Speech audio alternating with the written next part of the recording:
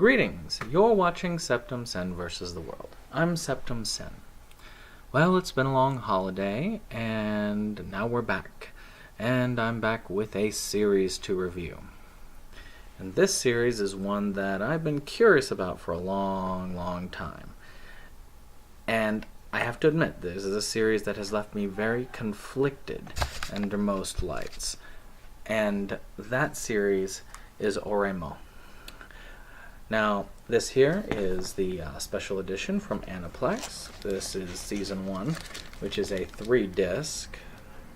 Comes with some postcards, a poster, and a little book, paperback book. Used to be at a price of like around $100. I got this actually for $35 on eBay, which I'm very happy about. It is out of print. It is rare. I'm hoping for a reprinting. Now, one that's not as rare, but also $100, is the second season, which is a 4-disc, same stuff in here. And this one is one I got on the Right Stuff sale for around $50, which is about as cheap as you can find it. So if you do find it for around that price, jump on it. But I want to make sure I covered both of those before I started up, especially as this is part of what this channel is about those physical copies. This is why I mostly review stuff that is physical copy only. Occasionally I'll review some other stuff, but that's the main one. So, this particular series is about this family, this brother and sister, who've grown apart as time has gone along, and they've gotten older, as most siblings do when they get older. And as they are, interacting from day to day, he ends up discovering that she has this secret. And the secret is that she is actually an otaku, which is a Japanese nerd, but not just a nerd, but kind of a super nerd, to the point of super collecting. So this series follows our main protagonist, Kyosuke, as he and his sister, Kirino, kind of get to know each other again and interact with the various worlds that she has been involved in, and opens up new dimensions to those worlds. Now, this is one of those harem anime, and harem anime are pretty straightforward. When I say straightforward, I mean it's pretty easy to talk about. You've got your protagonist, which has basic personality template, very easy to project yourself into. Then you've got these females that are put up with him that are all infatuated with him at some degree, and they each have a certain personality type and trait. And I'm going to go over those briefly so I can give you a basic concept of those that you actually get to meet. So you've got, of course, Kirino, and she's more of the tsundere type, which is, the kind that beats the crap out of the protagonist, the kind that says that they love him, but they don't love him, type. You've got Ruri, or Kuroneko, as she's known mostly in this, and she's more of that blank slate type, the kind that's like the Rei Ayanami type, the no emotions, very little personality, quippy type. And then you've got Ayase, who is a modeling friend of Kirino's, and she is the yandere type, which is a very vicious type, very similar to the tsundere, except not only do they like to harm not only do they end up harming the object of their affection, they tend to harm others around them, which is what differentiates them from the tsundere. ねえ、キリノ。私ね、もうキリノがいないと生きていけないの。は？キリノのためなら私、カナコだって殺せるよ。まさかのヤンデレルートだと。さあ、キリノ。これから二人で邪魔者のお兄さんを殺しに行こう。 Tight. Then, of course, you've got Saori. I probably got her name wrong. You can correct me later on. She isn't really in this harem, but she is sort of kind of outside of it. And she's more of a friend and leader of this group. Her type isn't really much of a type there. You've got Kanako, who is the lowly type, more of the childlike, even though she's in that same age group. Kuroneko is also sort of a lolly type, but she's more of a goth Lolita type, as opposed to Kanako, who is almost full on that with the twin tails and all that stuff, or pigtails. Then you've got Manami, who is the childhood friend type, the one that's supposedly very nice and grew up with the person, takes care of them, and always wants to be able to take care of them and all that jazz. So we've talked about those things, and we've done a basic overview of the story. The reason why I'm staying basic is I try not to spoil any of this for you if I can help it. I really want you to be able to watch this series if you want to do that, and if you really do want to know more about this series, want to know more about the characters, and you're not afraid of spoilers, it's not hard to look up these things online. So let's talk about what I like about this series. First off, it's a hard series to put down. I've really enjoyed this, and I've gotten kind of tired of harems as of late. I mean, they do, as I said, there's types, and every single one of them seems to be that type, and nothing much more to their personality than this. There's very little character development. The main characters are flat. It's just kind of these flat, indecisive messes. But this one's a little bit different, as in the character development is quite, is much better than I am used to in the typical harem types. The main character, I mean, he's still pretty much a flat mess. He has a little bit of development, but in truth, it's not much better than anything else. But a lot of the other characters have significant development. I mean, a couple in general, Kuroneko especially, I mean, her character goes from this basic punch-out type to, as you see them go along, you see the personality develop, what she's had hidden all of that time. She's just not that one-note type. Even the sister, even Kirino, she annoyed me a lot at first. But as time went on and you understand more of the reasons for how she is acting, she becomes a little bit more likable as time goes on. I mean, there are a couple of aspects that I can't really fully like her about. I don't like tsundere characters in general. I'm not a masochist. I don't like being abused. I don't like watching people be abused. That's one of the big problems I had with Love Hina. Is like, why are you with all of these abusive women? He's like battered person syndrome right there.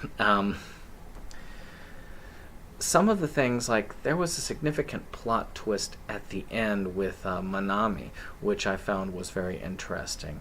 And even with Ayase, who is my least favorite in this particular series, the plot twist was there to where you actually got to see a little bit more than just that I'm going to beat the crap out of you and call you a pervert type thing. I felt like the characterizations were very deep with most of these people. They did a pretty good job of it. I loved the way that they kind of incorporated this in a way that was kind of your typical harem, but also combining with the elements of, say, Genshiken, where you get to see a little bit more of otaku culture. You get to see people interacting in that. The scenes with the gamer club that happen in the late first season, early second season, those are really neat. Character development arcs, even when they got into the Stuff with Kanako, though I felt a little bit rushed, I did enjoy some of those, learning a little bit more about that character. These are people that you actually want to get to know a little bit better.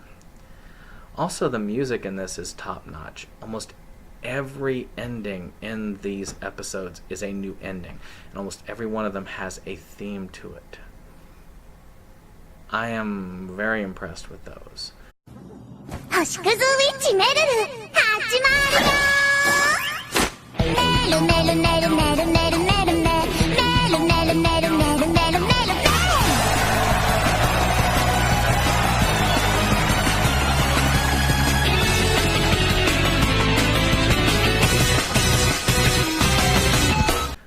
I enjoyed the music in the background. It had sort of a ska-ish feel to it, which is kind of cool. As a child of the, as a person who was in my teens and 20s in the late 90s, early 2000s, that's a big thing, a part of my youth and that youth culture. In general, it was a very strong, addictive series. But where there are strengths, there are also weaknesses. And this is where this series really gets it. The series really makes it not quite controversial. Well, it is controversial, but it is one of those that I really, really like it on this end, but it kind of has a slight feeling on that end.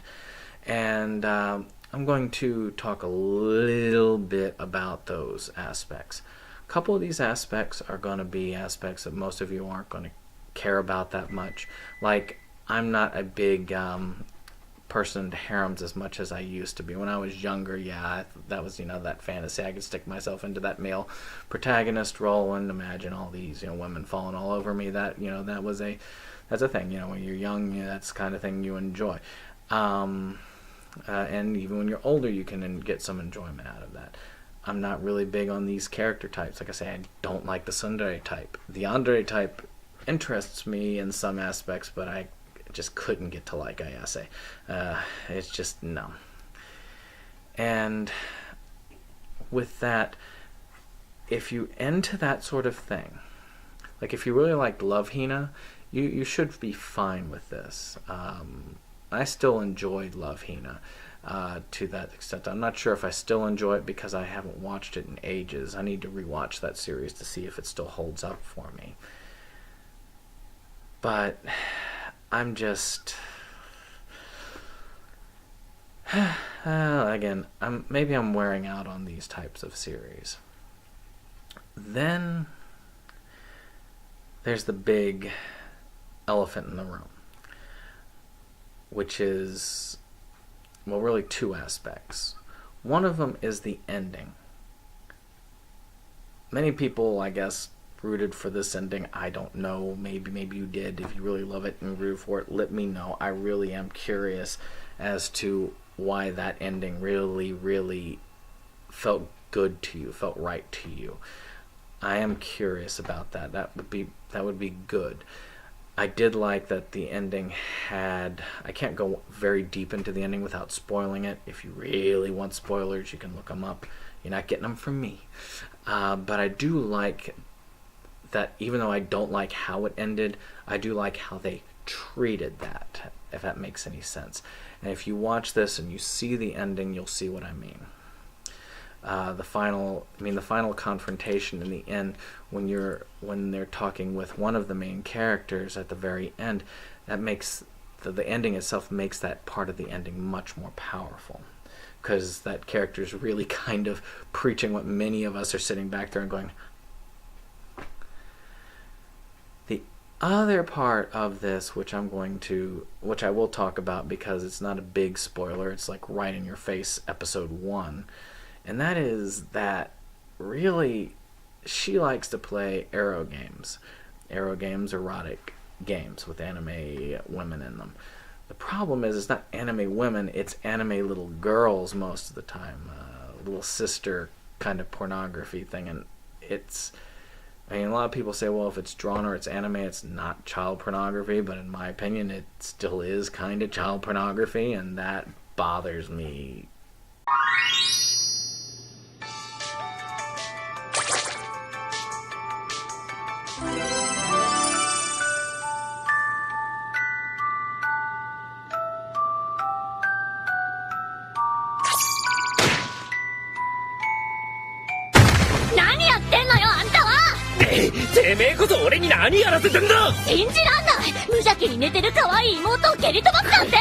Tremendously as this goes on. I'm able to put it in the back of my mind, but it still gnaws there throughout the series. And I think that's one of the things that kind of keeps it from being a really, really spectacular one. Whereas I think it's got more of a good rating on ANN. I think it could have gotten an excellent rating if it wasn't quite so... if it didn't quite dwell on that area. So now we've talked about the big animals and the big things in the room. Let's talk a little bit of the nitpickiness that I have. One, I thought that the character of Kanako was kind of underused, or actually I felt like she was rushed. She was rushed a lot. I felt like there could have been a little bit more development, because I felt like she was over here talking to them. One episode happens, now she's a part of the harem. What? I feel like there should have been more connection, a little bit more background. I want to know more about these characters. That's a part of the positive, is that I really do. These characters are characters I want to get to know better. I want to interact with them more. I think that is one of the strengths of this series. But that just felt rushed at the end. I feel like they were just trying to rush so that we can let's fit another one in. And maybe it's due to the manga. I haven't read the manga, so I haven't gone there. I know the game came after, so I'm not really sure about that in that aspect. Manami is another thing that I have, another bone I have to pick with the series. I feel like I'm kind of on half and half with that, because Manami is there and present for a good half of the first season, and then she disappears. She just fades away into the background. And maybe that's a part of it. Maybe that's a part of the character type, that you don't realize it's there until it's gone. Then it slaps you in the face with this end when you're dealing with her.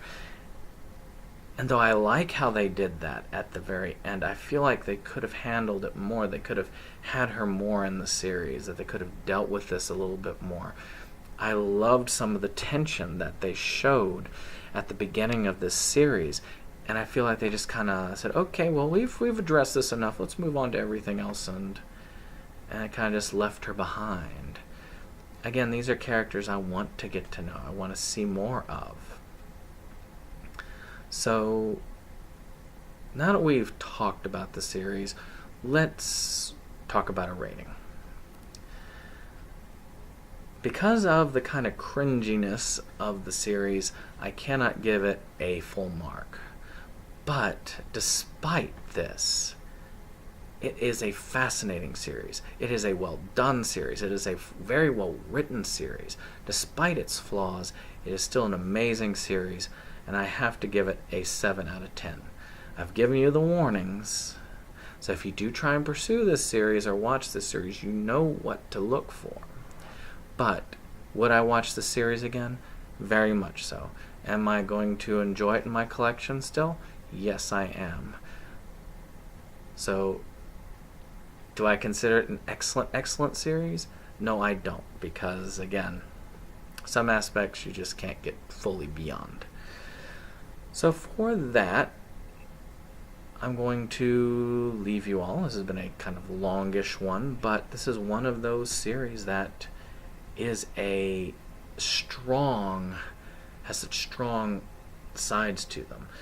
And if this series was not so good